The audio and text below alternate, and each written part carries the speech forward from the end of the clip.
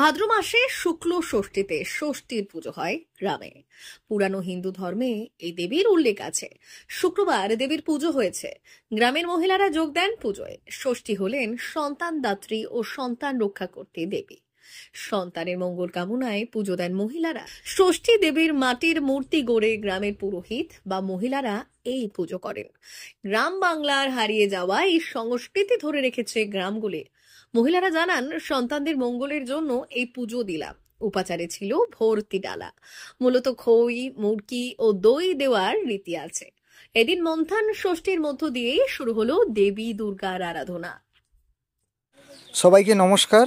জয় মা ষষ্ঠী। আজকে গ্রাম বাংলা জুড়ে বিভিন্ন গ্রামে গ্রাম্য পরিবেশে অর্থাৎ অনলি ফর গ্রামে ষষ্ঠীর পুজো হয়, আপনারা অনেকেই জানেন।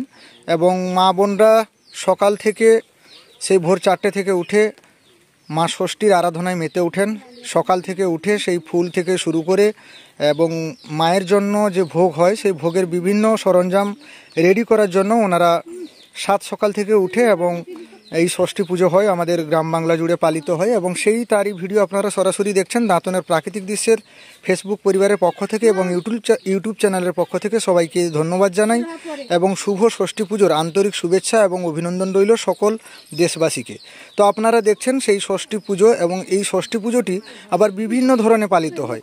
কাদের বাড়িতে আবার পুকুর ঘাটে ষষ্ঠীর পুজো হয় এবং আবার কারো কারো বাড়িতে ঘরের কোণে ষষ্ঠী মায়ের পুজো হয়। সেই গ্রাম বাংলার আজকে ভিডিও নিয়ে আপনাদের সামনে হাজির হয়েছি। আশা করি আপনাদেরকে ভালো লাগবে এবং আপনাদেরকে ভালো লাগলে অতি অবশ্যই একটা লাইক এবং সবার কাছে ছড়িয়ে দেবেন এই সুন্দর মুহূর্তগুলি দেখার জন্য। কারণ বর্তমান পরিস্থিতিতে এই সব জিনিসগুলো দিনে দিনে বিলুপ্ত হয়ে যাচ্ছে। এই পুজোটি কিন্তু শুধু গ্রাম বাংলায় দেখা যায়, গ্রামের মধ্যে, শহরে কিন্তু নয়। শহরে হয় এবং যারা গ্রাম থেকে শহরে গেছেন তারা হয়তো এই পুজোটি করে থাকেন। তো আজকের ভিডিওটি আপনাদেরকে কেমন লাগলো আপনাদের মূল্যবান বক্তব্য কমেন্ট বক্সে অতি অবশ্যই দেবেন। সবাইকে ধন্যবাদ এবং ষষ্ঠী মায়ের চরণে প্রণাম জানিয়ে আজকের ভিডিওটি দেখার জন্য আবেদন রইল। সোনার অলংকার মানে আভিজাত্যের অহংকার, চির বিশ্বস্ত, চির নতুন। বেলদার নবতম Tanushree hallmark jewellery house, Belda main road, Punjab ব্যাংকের বিপরীতে, যা আপনাদের সেবায় নিয়োজিত।